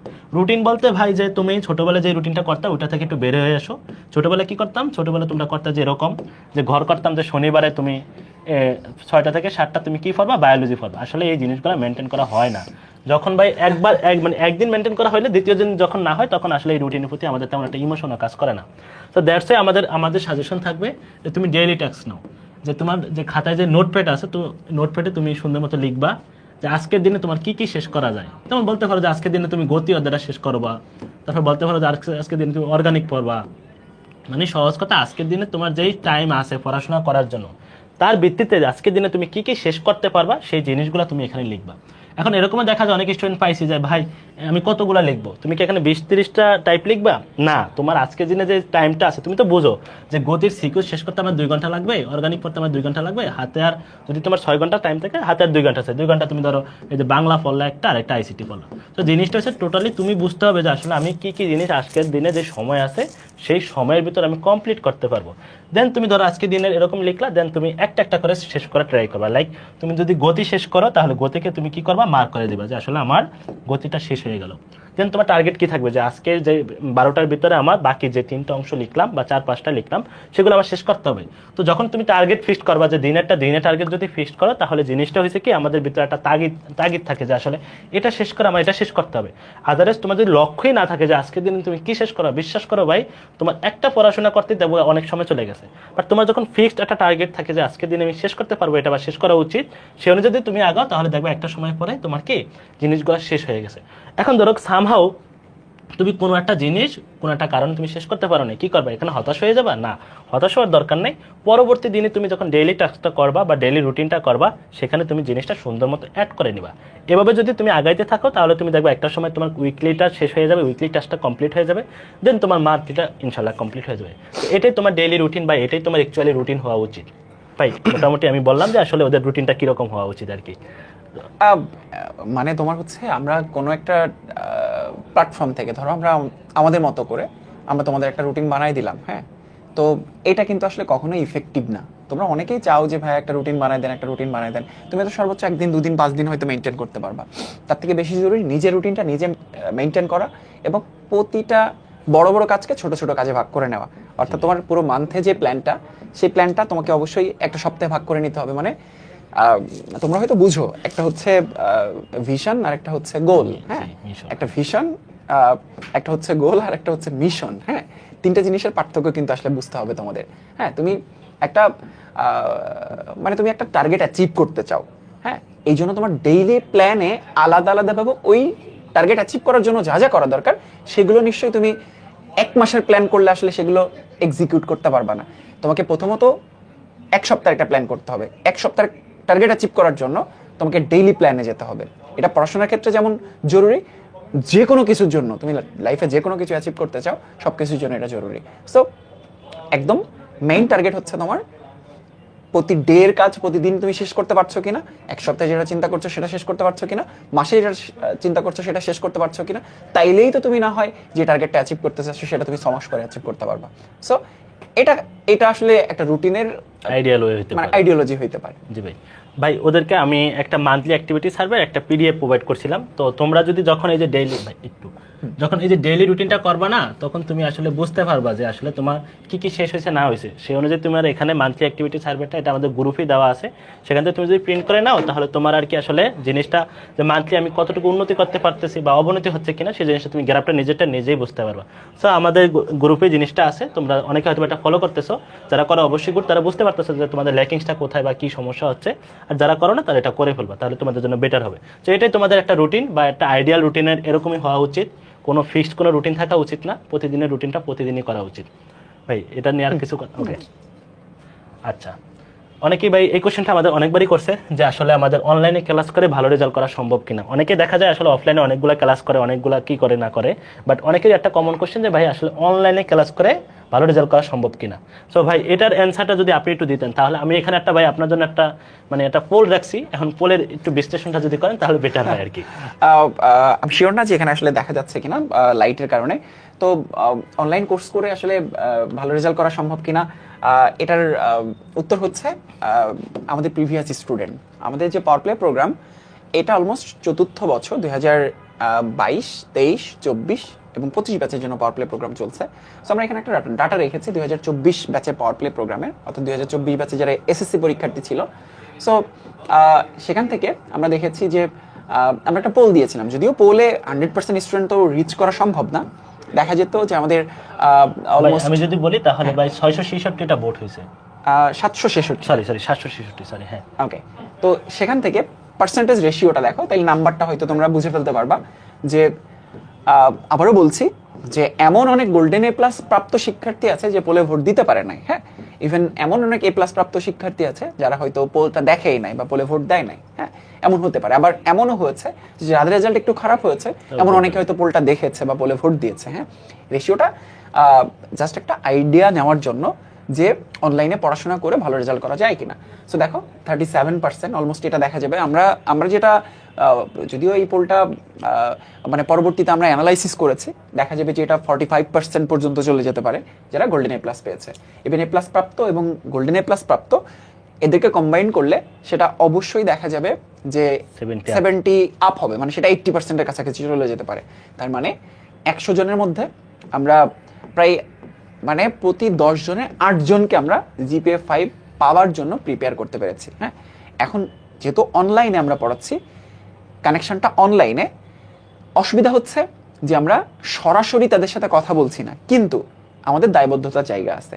সো যাই হোক, দেখো এই যে আমরা বলছি যে প্রতি 10 জনে 8 জন কিন্তু এ প্লাস পাচ্ছে, এবং তোমরা বিশ্বাস করবে না, মেজরিটি লাস্টের 3 থেকে 4 মাস শুধু অনলাইনেই পড়াশোনা করেছে। এমন ছিল যে 1 মাস আমরা যেহেতু জুম সেশন নেই বা লাইভে তোমাদের সাথে কথাবার্তা বলা হয় এবং দেখা যায় তোমাদের সাথে আমাদের মানে ইন্টারাকশনটা শুরু হয়েছে, বা সামনের দিনগুলোতে হয়তো ইন্টারাকশনটা আরো বাড়বে দেখবা। এটা সাধারণত লাস্টের দিকগুলোতে ইন্টারাকশন আরো বেড়ে যায়, কারণ প্রবলেম বেড়ে যায়, তখন আমাদের আসলে সেই সলিউশনগুলো করতে হয়। তো দেখা যায় যে এদের ম্যাক্সিমামই পুরোপুরি অনলাইনের উপর ডিপেন্ডেন্ট হয়ে পড়াশোনা করেছে লাস্ট মোমেন্টে। সো এটা একটা বার্তা যে অনলাইনে তুমি আসলে পূর্ণাঙ্গ প্রিপারেশন নিতে পারবা, এবং অনলাইনটা পুরোপুরিভাবেই তোমার জন্য এনাফ। হ্যাঁ, তোমরা চিন্তা করো অনলাইনে হবে না, অফলাইনে এটা করতে হবে সেটা করতে হবে, সেটা ডিস্ট্রাকশন ক্রিয়েট হবে। তো একটা সুইটেবল জায়গা অনলাইন এবং পাওয়ার প্লে প্রোগ্রাম, এটা কিন্তু পাওয়ার প্লে প্রোগ্রামেরই data. So power play program হচ্ছে একটা ওয়ান স্টেপ সলিউশন, একটা প্যাকেজ বলতে পারো, যেখান থেকে তুমি আসলে চিন্তা করতে পারো যে নেক্সট 3 থেকে 3.5 মাস এই একটা প্রোগ্রামই তোমার জন্য আসলে এনাফ হবে। সো আমরা শুধু মুখে বলছি না, আমরা একটা ডাটা প্রেজেন্ট করেছি এবং যেখান থেকে বললাম 10 জনে 8 জন A+ পেয়েছে। আমার মনে হয় যে এটা তোমার এই যে এইটা বিশ্বাস করা যে অনলাইনে আসলে পড়াশোনা করে ভালো রেজাল্ট করা সম্ভব, এটা এখন থেকে হয়তো বিশ্বাস করতে পারবা। অবশ্যই ভাই বিশ্বাস করা উচিত, কারণ আমরা যাদের সাথে কথা বলছিলাম ওরা ম্যাক্সিমাম বলছে যে ভাই আসলে অনলাইনটা অনেক বেটার, ফার বেটার। কেন বেটার? কারণ আসলে অফলাইনে যে জিনিসগুলো আমরা জানতে পারতেছিলাম না, সেই জিনিসগুলো আমাদের অনলাইনে আমরা শিখতে পারতেছিলাম। স্পেশালি যারা আসলে প্রত্যন্ত অঞ্চলের আসো, তোমরা হয়তো অনেকে রিয়েলাইজ করতে পারতেছো যে আসলে আমাদের কন্টেন্টগুলো কতটা ডেভেলপ, যে তোমাদের সেই মানে এরিয়ার যে টিচার থাকে তার থেকে। তো অবশ্যই যে অনলাইনটা অনেক অনেক বেটার। তুমি একটা জিনিস খেয়াল করো স্যাম, দেখো ওদের তো আর্কাইভ ক্লাস দেওয়া আছে। এক্স্যাক্টলি ভাই। স্থিরতরি চলতরিতে তোমাদের সম্ভবত দেবাশিস দাদার ক্লাস দেখবা 6 থেকে 7 ঘন্টার ক্লাস আছে, তোমাদের নূর ভাইয়ের ক্লাস দেখবা 7 ঘন্টার ক্লাস আছে, 8 ঘন্টার ক্লাস আছে। আচ্ছা, কেন এই 7 ঘন্টা 8 ঘন্টার ক্লাস হয়েছে, তাই না? তুমি তুমি দেখো, তুমি একাডেমিকে কখনোই অতগুলো টপিক পড়ানো হয় যতগুলো টপিক আসলে ওই 7 ঘন্টা 8 ঘন্টার ক্লাস। 7 ঘন্টা 8 ঘন্টা ক্লাস মানে 7 ঘন্টা 8 ঘন্টা ধরে পড়ানো হয়েছে, 7 ঘন্টা 8 ঘন্টা ধরে আড্ডা দেওয়া হয় নাই। তো তার মানে ওই চ্যাপ্টারটা পড়াইতে অত সময়ের প্রয়োজন। তো ব্যাপারটা বুঝো তুমি, মানে কতটা ডেপথে যে আসলে তুমি পড়াশোনা করতে পারছো এখানে। আমার মনে হয় অনেক শিক্ষার্থী আছো যারা আসলে অতগুলো টপিকের নামও জানতা না যতগুলো টপিক আসলে এখানে পড়ানো হয়েছে। সো আমাদের কোর্সে যারা আসো, তোমরা অবশ্যই কেউ হতাশ হবে না। তোমরা তোমাদের বড় ভাইদের যে মানে প্রিভিয়াস ডাটা তোমাদের জন্য এই জন্য দিলাম যে আমাদের কোর্স থেকে প্রতি 10 জনে 8 জন করে আসলে GPA 5 বা যদি গোল্ডেন বলি তারা পাইছে। তো তোমরা অবশ্যই পাবা, জাস্ট এই কয়টা মাস তোমাদের পরিশ্রম করতে হবে, ঠিক আছে? এতটুকু এনশিওর করো, যদি পরিশ্রম এনশিওর করতে পারো তাহলে তুমি অবশ্যই কি ভালো রেজাল্ট করতে পারবে। পরিশ্রম কখনো প্রতারণা করে না। আর কেন অনলাইনটা বেটার সেটা বলি, আমরা তো শুধুমাত্র এখানে তোমাদের মানে শুধু পড়াই দিতে চাই এরকম না, তোমাদের কিন্তু দেখো শেষ মোমেন্টে আমরা একটা মডেল টেস্টও নিব। ইভেন আমরা প্রতিটা মান্থলি এক্সামে ভাই ওদের সিকিউর এক্সামও নিচ্ছি। মানে টোটাল যতটুকু তোমার প্রিপারেশন দরকার, মানে যতভাবে দরকার ততভাবে আমরা হেল্প করে যাচ্ছি তোমাদেরকে। মাত্র কত টাকা সেটা তোমরা নিজেরাই জানো, মানে এত কম পেমেন্টে এত ভালো সার্ভিস আমি স্পেশালি কোথাও দেখিনি। তোমরা দেখছো কিনা তোমরা বেটার জানো। ওকে, সো ভাই অবশ্যই তোমরা অনলাইনে ভালো করতে পারবে, ইভেন আমাদের এই পাওয়ারফুল কোর্স থেকে আরো বেটার করতে পারবে, কারণ তোমাদের প্রিভিয়াস ডাটাটা দেখাইলাম আর কি। সো আমরা আশা করবো যে এই ডাটাটা আরো সমৃদ্ধ হবে তোমাদের সময়, তোমরা আরো অনেকে আসলে মানে আমরা তো এখানে 10 জন 8 জন, তোমাদের সময় 10 জনকে 10 জনে 10 জনকে দেখতে চাই। তো যেটা সম্ভব না, বাট অ্যাটলিস্ট আমাদের টার্গেট থাকবে ইনশাল্লাহ। ওকে, আচ্ছা ভাই, এটা খুবই ইম্পর্টেন্ট একটা টপিক। সেটা আসলে আমাদের পড়াশোনা অনেক ডিস্ট্রাকশন আসে অনেকভাবে। কি ভাবে আসতে পারে আমি একটু বলি ভাই। আসলে অনেকে ওভারথিঙ্ক করি, যেমন আমি করতাম। আসলে ভাই আমি তো একটা এলাকার স্টুডেন্ট, আমি কিভাবে GPA 5 পাবো, আমার পক্ষে পাওয়া পসিবল কেন? এটা ছিল আমার প্রথম over thinking. Second over thinking ছিল ভাই আমার আসলে মোবাইল, মানে সরি, সেকেন্ড আমার যে ডিস্ট্রাকশনটা আসতো সেটা আসলে মোবাইল ফোন। যদি আমার সময় তেমন একটা আসেনি, কারণ আমি আসলে মোবাইল ফোন ইউজ করতাম না, কিন্তু ওরা তো এখন ইউজ করতেছে। আর থার্ডলি যেটা আমি যদি বলবো ভাই, ইররেগুলারিটি। অনেকের ভিতরে যে একদিন পড়াশোনা, অনেকে এই কোয়েশ্চেনটা বারবার করতেছে ভাই, একদিন পড়াশোনা করতে পারি, পরের দিন পারি না। এই 3টা টপিক আসলে কথা বলার মতো ভাই। আপনি যদি বলেন তাহলে বেটার হয় ভাই। ওভার থিঙ্কিং, তারপরে আপনার মোবাইল ফোন, তারপরে ইররেগুলারিটি। মোবাইল ফোনের জন্য আলাদা স্লাইডই আছে, বাকি দুটা নিয়ে একটু বলেন ভাই। ওকে, ওভার থিঙ্কিং এর ব্যাপারটা হচ্ছে স্যাম যেটা বললো না, আমি নিজেও গ্রামে বড় হয়েছি। সো তখন দেখা যায় যে আরেকটা বন্ধু ভালো করতেছে, এক্সামে ভালো করতেছে, ওভার থিঙ্ক হয়ে যায়, ও এত ভালো করতেছে তাইলে হয়তো আমার পক্ষে আসলে আর ভালো করা সম্ভব না। তবে আমার ক্ষেত্রে যেটা হয়েছে যে আমার মনে আছে আমি ক্লাস 9-এ এত দারুণ পড়াশোনা করেছিলাম। ক্লাস 9-এ যারা ক্লাস 10-এ SSC পরীক্ষা দিবে তাদের সাথে মডেল টেস্ট পরীক্ষা দিয়েছিলাম ক্লাস 9-এ থাকা অবস্থায়। তো ওই মডেল টেস্টগুলোতে দেখা যেত 5টা মডেল টেস্ট দিছি, 5টাতে আমি ক্লাস 10-এ যারা পরীক্ষা দিবে বড় ভাইয়া আপুদের থেকে বেশি নাম্বার পাইছিলাম। তো আমার একজন টিচার ছিলেন জাহিদ স্যার, তো উনি আমাকে বলছিলেন যে ক্লাস 9-এ তোমার প্রিপারেশন এত ভালো, তুমি যদি এখনই ক্লাস 10-এর ভাইয়া আপুদের সাথে তুমি যদি SSC পরীক্ষা দাও তাহলে তুমি গোল্ডেন A+ পাবা। তো দেখো এটা আমাকে কত বেশি মোটিভেটেড করেছিল, মানে বিশ্বাস করো আমি অনেক বেশি মোটিভেটেড হয়ে গিয়েছিলাম।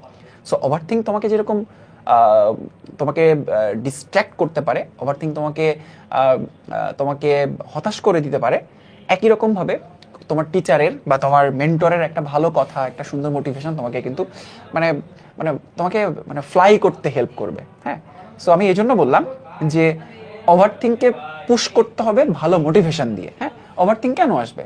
তুমি পজিটিভ জিনিসপত্রগুলো নিয়ে অ্যানালাইসিস করো, ওভারথিঙ্কের জায়গা ক্রিয়েটই হবে না। হ্যাঁ, সো এক্ষেত্রে ওভারথিঙ্ক আসবে, এটা স্বাভাবিক। তোমার ফ্যামিলি প্রবলেম থাকতে পারে, ফ্যামিলি ক্রাইসিস থাকতে পারে। হ্যাঁ, আবার পিচ্ছি পোলাপানের তো এখন ঝামেলার শেষ নাই। হ্যাঁ, মানে অনেক ঝামেলা হইতে পারে, অনেক কিছু হইতে পারে। তো ওভারথিঙ্কিং হবেই, ওভারথিঙ্কিং আসবেই। হ্যাঁ, মানে যত ডিস্ট্রাকশন তত ওভারথিঙ্কিং, যত তুমি মানে আউটসাইডে যত বেশি ফোকাস থাকবে তত বেশি ওভারথিঙ্ক হবে। সো ওভারথিঙ্ক হবেই না, ওভারথিঙ্ক 1%ও হবে না, এটা আসলে পসিবল না। তাহলে ওভারথিঙ্ক যাতে মানে ওভারথিঙ্কে গুনবই না, কি করলে গুনবই না বা ওভারথিঙ্ক কিভাবে তোমার অ্যাট্রাক্ট করতে পারবে না, ওই যে পজিটিভ পজিটিভ জিনিসপত্র চিন্তা করতে হবে, পজিটিভ মাইন্ডসেট নিয়ে থাকতে হবে, হ্যাঁ, ভালো ভালো চিন্তা করতে হবে। সো এটা একটা ওয়ে হতে পারে, হ্যাঁ, পজিটিভ থিঙ্কিং। আর মোবাইল ফোনের আসক্তি, এটা আসলে পর স্লাইডে যে আমরা মোবাইল ফোনের আসক্তি নিয়ে কথা বলবো, আমরা এর আগেও কিন্তু বলেছি যে তোমার যখন গোল ফিক্সড, গোল অ্যাচিভ করতে হলে কি কি কাজ করতে হবে সেটা ফিক্সড, হ্যাঁ, প্রতিদিনের কাজগুলো তুমি যখন ফিক্স করে ফেলেছো, তখন তুমি সেটা যদি মেনটেন করতে চাও তাহলে মোবাইল ফোনে আসক্ত হওয়ার সুযোগ নাই। তো মোবাইল ফোনে তুমি আর চাইলেও আসক্ত হইতে পারবা না। কেন হয়? কারণ তোমার গোল ফিক্স না, ডেইলি প্ল্যানার ফিক্স না, উইকলি টার্গেট ফিক্স না, মান্থলি টার্গেট ফিক্স না। তুমি মান্থলি টার্গেট ফিক্স করার জন্য যে কাজগুলো করছো সেটা সার্ভে করছো না, হ্যাঁ, ডেইলি তুমি কি কি টার্গেট করছো সেটা তুমি লিখে লিখে তুমি আইডেন্টিফাই করে দেখো, ওই টার্গেটগুলো নিয়ে তুমি কাজ করে দেখো, দেখবা তোমার মোবাইল ফোনে অ্যাডিকশন অটোমেটিক্যালি কমে যাচ্ছে। তুমি যদি চিন্তা করো মোবাইল ফোনের প্রতি অ্যাডিক্ট হবো না, হ্যাঁ, তাইলে তুমি আসলে মোবাইল ফোনের প্রতি অ্যাডিকশন আরো বাড়ায় ফেলবা, তোমাকে আসলে অন্য কাজগুলোতে ব্যস্ত হইতে হবে। হ্যাঁ ভাই, একদিন পড়তে পারি 3 দিন পড়তে পারি, এটা একটু খুব ইম্পর্টেন্ট, এটা নিয়ে একটু কথা বলেন ভাই। এটা নিয়ে রিসেন্টলি একটা ভিডিও দেখেছো হয়তো, টাইম ম্যানেজমেন্টের ওটা। হ্যাঁ, তোমাদের বাদল ভাই আর আবরার হামিম ভাইয়ার একটা ভিডিও দেখছো যে একদিন পড়লে 3 দিন পড়তে পারি না। হ্যাঁ, এটার জন্য সলিউশন হচ্ছে পাওয়ার প্লে প্রোগ্রাম। তো ইরেগুলারিটির অ্যান্সার হচ্ছে এরকম যে আমরা সাধারণত আমাদের ফোকাস হারাই ফেলি। কেন হারাই ফেলি? আমরা আসলে আমাদের টার্গেটগুলো লিখি না, খাতায় লিখি না, আমরা আমাদের কাজগুলো খাতায় লিখি না। যেমন আমার ফোনে এই মুহূর্তে নোটসে লেখা আছে, মানে এই মুহূর্তে আমার ফোনে নোটস লেখা আছে কয়টা, আমি জাস্ট সেটা বলি তোমাকে। এই মুহূর্তে আমার ফোনে নোটস আছে 159টা। ধরো এটা অলমোস্ট 2 মাসের নোটস, লাস্ট হচ্ছে 2 মাসের নোটস হচ্ছে 159টা। তার মানে এই নোটসগুলো কিসের? প্রত্যেকটা নোটসের মধ্যে আলাদা আলাদা টাস্ক ভাগ করা, যাতে আমি ভুলে না যাই। হ্যাঁ, যখন কোনো একটা প্ল্যান আসছে সেটা খাতায় লিখে ফেলা। তুমি চিন্তা করো, তুমি লিখলে তোমার জিনিসটা তো মাথা থেকে হারাই যাবে না। তো আমরা সাধারণত আমাদের ড্রিম লিখি না, আমরা সাধারণত আমাদের কাজগুলো লিখি না, কি করতে হবে সেটা লিখি না, আমরা শুধু মাথায় রেখে দিই। সো এই জন্য যেটা হয় যে আমাদের ফোকাস যখন নষ্ট হয়ে যাচ্ছে, বা তুমি ধরো এই যে এ প্লাস পেতে চাও, এটার জন্য প্রতিদিন তোমার যা যা কাজ করতে হবে সেগুলো তো তুমি আসলে লিখো না, মাথায় থাকে, তো পরে সেটা অ্যাচিভ করা কঠিন হয়ে যায়। এই জন্য রেগুলারিটির জন্য একদম পারফেক্ট ওয়ে হচ্ছে তোমার প্রতিদিনের কাজগুলো, প্রতিদিন তোমার টাস্কগুলো, প্রতিদিনের তোমার মিশনগুলো, সেগুলো তোমাকে আসলে লিখিতভাবে নোট ডাউন করতে হবে। তাহলে দেখবে তুমি আসলে রেগুলারিটি মেনটেন করতে পারছো। সো আসলে ইরেগুলারিটির বিপরীত টার্মটি হলো ভাই কনসিস্টেন্সি। মানে তুমি একদিন 20 ঘন্টা পড়বা, আরেকদিন 2 ঘন্টা পড়বা, এরকম না। তুমি রেগুলার যদি 7-8 ঘন্টা করে পড়াশোনা করো তাহলে এটা মোর দেন এনাফ। আচ্ছা, তো মেবি ওদের ডিস্ট্রাকশন এই দুটো নিয়ে কথা বলা হয়েছে। এখন মোস্ট ইম্পর্টেন্ট স্লাইড, অনেকের এটা সমস্যা ভাই যে আসলে মোবাইল ফোনের আসক্তি থেকে আমি কিভাবে বের হব, এটা দেখা যাচ্ছে না। হ্যাঁ, ওকে, মোবাইল ফোনের আসক্তি, আমার মনে খুব দারুণ একটা চিত্র আছে এখানে। ধরো তুমি এখানে দাঁড়ায় আছো, আপনাদের 12টা দেখা যাচ্ছে। আচ্ছা, হ্যাঁ, তো এখানে তুমি দাঁড়ায় আছো, সো দুটো এক্সাম্পল দিই। এখানে তুমি দাঁড়িয়ে আছো, একদিকে হচ্ছে তোমার ধরো তুমি ক্রিকেট খেলতে পছন্দ করো, হ্যাঁ, আর আরেক দিকে হচ্ছে তুমি এমন একটা কাজ যেটা তুমি একদম পছন্দই করো না। সো এটা তোমাকে পজিটিভ এনার্জি দিবে, আর এটা তোমাকে নেগেটিভ এনার্জি দিবে। এটা তোমাকে টানবে, এটা তোমাকে টানবে না, এটা থেকে তুমি দূরে দূরে যেতে থাকবা। হ্যাঁ, ধরো সেটা পড়াশোনাও হইতে পারে, হ্যাঁ, যদিও পড়াশোনা আসলে অপছন্দনীয় কিছু হওয়া উচিত না। তো একদিকে হচ্ছে ক্রিকেট ফুটবল খেলা, আর একদিকে হচ্ছে পড়াশোনা। তাহলে তুমি পজিটিভ এনার্জি পাবা কোন দিকে? ক্রিকেট ফুটবল খেলতে গেলে। তুমি আগ্রহ কোন দিকে পাবা? ক্রিকেট ফুটবল খেলতে গেলে। ঠিক পরের এক্সাম্পলটা নিশ্চয়ই দেখে বুঝতে পারছো যে বানরের সামনে তুমি কলা রেখে দিছো, হ্যাঁ, বা ধরো শিয়াল হইতে পারতো, শিয়ালের সামনে তুমি মুরগি রেখে দিছো। তো এটা তো অনেক বেশি পজিটিভ এনার্জি দিবে, তাই না? তো ডিস্ট্রাকশনটা কখন হয়? যখন তুমি এই যে দেখো অ্যাট্রাকটিভ ফোর্স আর রিপালসিভ ফোর্স, দুইটা ফোর্স দেখো তোমাদের স্যাম ভাই উল্লেখ করেছে এখানে। রিপালসিভ ফোর্স মানে হচ্ছে তোমার, দেখো এটা তোমাকে আসলে নেগেটিভ এনার্জি দিচ্ছে, নেগেটিভ ফোর্স ক্রিয়েট করতেছে তোমার এখানে। হ্যাঁ, মানে তোমার ওইদিকে আমি যাবোই না, মানে ওইদিকে তাকাবো না, ওইদিকে আমি আসলে যাবো না। তো ব্যাপারটা আসলে এই যে দেখো, তুমি যদি মিডলম্যানটা হয়ে থাকো, তাইলে আসক্তির জায়গাটাকে তুমি কিভাবে অনাসক্তির জায়গাতে আসলে ক্রিয়েট করতেছো, কি দিয়ে তুমি এটার আসলে রিফ্লেক্স করতেছো, এইটা হচ্ছে ইম্পর্টেন্ট।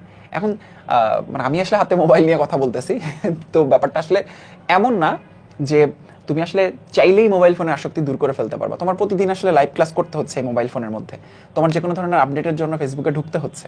হ্যাঁ, একদম প্রাইমারি স্টেজ। তুমি যখন পড়তে বসবা, তোমার মানে আশেপাশে দেখা যাচ্ছে 1 কিলোমিটারের মধ্যে মোবাইল থাকবে না, যদিও 1 কিলোমিটারের মধ্যে সম্ভব না, মানে আশেপাশে কোথাও মানে চাইলেও তুমি আসলে মোবাইল ফোনটা ছুতে পারবা না। এটার জন্য একটা ওয়ে হইতে পারে, মোবাইল ফোনটা সাইলেন্ট করবা, কল আসলে ডিস্ট্রাকশন হয়, নোটিফিকেশন আসলে ডিস্ট্রাকশন হয়, মোবাইল ফোনটা সাইলেন্ট করবা, একটা ড্রয়ারের মধ্যে রেখে আসবা, মেক শিওর সেটা পাশের রুম যেন হয়, তোমার রুমের মধ্যে না হয়। আরো বেটার হয় যদি তুমি তোমার মাকে বা বাবাকে ফোনটা জমা দিয়ে আসো, আরো বেটার হয় মা বাবা যদি সাথে না থাকে বন্ধুর কাছে জমা দিয়ে আসো, তার মানে তুমি চাইলেও তো নিতে পারছো না, তাকে বলতে হচ্ছে যে বন্ধু ফোনটা দে। হ্যাঁ, মোবাইল ফোনটা সাইলেন্ট করা, ড্রয়ারের মধ্যে রাখা, বেটার পাশের রুমে রাখা, বেটার অন্য কোনো বন্ধুর কাছে রেখে আসা। তুমি 2 ঘন্টা 3 ঘন্টা পড়াশোনা করছো, এরপর মোবাইলটা নিয়ে আসো। ঠিক আছে, এটা গেল একদম প্রাইমারি ওয়ে, যে স্টেপটা তোমাকে আসলে মোবাইল ফোনের আসক্তি দূর করতে হেল্প করতে পারে। সেকেন্ড ওয়ে হচ্ছে যখন তুমি মোবাইল ইউজ করছো, হ্যাঁ, যেমন কয়েকটা নোটিফিকেশন অফ রাখবা, তুমি মেসেঞ্জারের নোটিফিকেশন অফ রাখবা, ফেসবুকের নোটিফিকেশন যেটা হচ্ছে উপর থেকে যেটা আসে, মানে তুমি ফেসবুকে ঢুকলেই কেবল নোটিফিকেশন দেখতে পাবা, মেসেঞ্জারে ঢুকলেই কেবল তুমি নোটিফিকেশন দেখতে পাবা, মানে চ্যাট হেডস অফ করে রাখা। এরপর হোয়াটসঅ্যাপে মানে যেগুলো তোমার সোশ্যাল মিডিয়ার কানেকশন, যেগুলো তোমার কানেক্টিভিটি ক্রিয়েট করে, প্রত্যেকটা নোটিফিকেশন অফ রাখা। তার মানে তুমি যখন ওই সফটওয়্যারের মধ্যে ঢুকছো তখনই কেবল তুমি আসলে ডিস্ট্রাকশনটা ক্রিয়েট হচ্ছে। তাতে কি হবে, এমন হচ্ছে তোমার প্রয়োজনে তুমি শুধু ওটার মধ্যে ঢুকছো, স্ক্রল করার জন্য ঢুকছো না। থার্ড ওয়ে হচ্ছে তোমার, তুমি যখন ফেসবুক আসলে ইউজ করতেই হচ্ছে, স্টুডেন্ট হিসেবে এমন পেজগুলো ফলো করা, এমন গ্রুপগুলোতে থাকা যেখানে তোমার আসলে পড়াশোনা নিয়ে আড্ডা হয়, পড়াশোনা নিয়ে কথাবার্তা হয়। হ্যাঁ, কোনো ফ্যান পেজ থেকে শুরু করে ফানি কোনো কিছুতে আসলে থাকা যাবে না। সো এতে দেখা যাবে ধীরে ধীরে মোবাইল ফোনে আসক্ত তো তুমি একদিনে হও নাই, তুমি বছরের পর বছর ধরে মোবাইল ফোনে আসক্ত হয়েছো। সো এই জন্য তোমাকে বললেই তুমি কালকে থেকে মোবাইল ফোনে আসক্তি দূর করে ফেলতে পারবে না, এটা একটা প্রসেস। তো প্রসেসের ভেতর দিয়ে দেখা যাবে তোমার মোবাইল ফোনে আসক্তি ধীরে ধীরে হয়তো দূর হয়ে যেতে পারে। আর এরপর ব্যাপারটা হচ্ছে পড়াশোনা আরো বেশি ফোকাস হয়ে যাও, তখন দেখা যাবে যে আস্তে আস্তে যখন তুমি পড়াশোনায় ফোকাস হচ্ছ তখন এই ধরনের আসক্তিগুলো ধীরে ধীরে কমতে থাকবে। এই মুহূর্তে এই কয়েকটা বিষয় মনে পড়ছে, এর বাইরে কিছু অ্যাড করতে চাইলে স্যাম তুমি অ্যাড করতে পারো। না ভাই, আপনি যেটা বলছেন এটাই তো। অনেক একটা কাজ করতে পারো, সেটা হচ্ছে আমাদের ফেসবুক অ্যাপ ইউজ না করে আমাদের ক্রোম থেকে ফেসবুকটা লগ ইন করলে আরো বেটার। কেন ভাই, কারণ আসলে ওখানে রিলসগুলো তেমন একটা ভালো মতো আসে না। সো আসলে রিলসে আমরা আসলে বেশি আসক্ত হয়ে যাই। যে একজন বলছে যে ওয়ার্ড মিনিং খুঁজতে মোবাইল ফোন হাতে নেই, বাকিটা ইতিহাস। আসলে ইতিহাস মানে তুমি যে ওয়ার্ড মিনিং খুঁজতে মোবাইল ফোন হাতে নিছো, দেখা গেল যে তুমি ওয়ার্ড মিনিং না খুঁজে মোবাইলটা আর কি বাকি কাজগুলো করতেছো। সো এরকমই হয়। সো যত বেশি পারো যে আসলে পড়াশোনার সময় আসলে ফোনটাকে দূরে রাখো, কারণ তোমার কাছে যদি ফোন থাকে তোমার আসলে যেভাবেই হোক ওই ফোনটা তোমার হাতে চলে আসবে। সো এটা তোমার ডিস্ট্রাকশন থেকে মুক্তি পাওয়ার একটা ওয়ে আর কি। ভাই মোটামুটি এটা নিয়ে আর কথা বলা না বললেও হবে। ভাই আমরা নেক্সট ওকে, আমাদের তেমন কিছু নেই, আমাদের এখন ওদের যদি 5-6টা কমেন্ট আমরা দেখতে পাই। ওকে, তোমাদের কোনো কমেন্ট আসলে আমরা এখন সেই কমেন্টের রিপ্লাইটা দিব অলমোস্ট লাইভ শেষের দিকে। তোমাদের কমেন্ট থাকলে, কোনো জানা থাকলে বা জিজ্ঞাসা থাকলে বলতে পারো। আর এরপরে কিন্তু তোমাদের বিজিএস বায়োলজি ক্লাস শুরু হবে সুমি আপু অলরেডি রেডি হয়ে আছে। লাইভ শেষ হওয়ার পরে 5 মিনিটের মধ্যে তোমরা ক্লাসে যুক্ত হবা। আসছে সুমি? One short class. আচ্ছা, টার্গেট এ প্লাস বলে আমাদের একটা গ্রুপ ওপেন হয়েছে, সেখানে কার্যক্রম শুরু হচ্ছে। আমরা সেখানেও তোমাদের সাথে শেষ মুহূর্তের ওয়ান শট ক্লাসগুলো তোমাদেরকে প্রোভাইড করব। সেটার রুটিনও তোমরা অল্প দিনের মধ্যে পেয়ে যাবা। আশা করছি আমরা নেক্সট উইকে হয়তো শুরু করতে পারবো। হ্যাঁ, আমাদের যদি প্রোগ্রাম শেষ হয় তারপরে আমরা সুন্দর মতো একটা রুটিন দিয়ে তোমাদের মডেল টেস্টটা নিয়ে নিব, সমস্যা নেই। অনেকে বলে ঘুম কীভাবে কমাবা, তুমি যদি বিশ্বাস করো যে তোমার পড়াশোনা করতে হবে, তোমার টার্গেট থাকে, তাহলে তুমি তোমার ঘুম এমনিতেই কম আসবে। ঠিক আছে, এটা আসলে নিজের ডেডিকেশন বা ডিটারমিনেশনের উপর ডিপেন্ড করতেছে টোটালি। টেস্ট পেপার যে কোনো একটা বাজারের নামি দামি যে কোনো একটা টেস্ট পেপার নিলেই চলে, এটা নিয়ে আসলে তোমার একটা কথা বলার দরকার নেই। মানে যে কোনো একটা তোমার পরিচিত যে কোনো একটা টেস্ট পেপার নিলেই হবে, সমস্যা নেই। যেগুলো চলে আর কি, অ্যাটলিস্ট মানে যেগুলো চলে আর কি ওগুলা। হ্যাঁ, যে একজন বলছে ভাই ভোর 5টায় ঘুম থেকে উঠতে চাও, বিশেষ করে আমি এটা সাজেস্ট করি হলে যে ভোরে ঘুম থেকে উঠানো। তো তুমি রাত 12টার ভিতরে ঘুমিয়ে যাবা, তাহলে দেখবে তুমি অটোমেটিক্যালি, বিশেষ করে 11টার ভিতরে ঘুমিয়ে যেতে পারলে আরো বেটার, তুমি 5টা বা 5:30টার দিকে উঠতে পারবা। এটা পারবাই। যদি তুমি ফোন টিপতে ঘুমাও তাহলে তো 2-3টা এমনিতে বেজে যায়, তখন আর কি আসলে সকালে ওঠার টাইম হয় না বা পসিবল হয় না।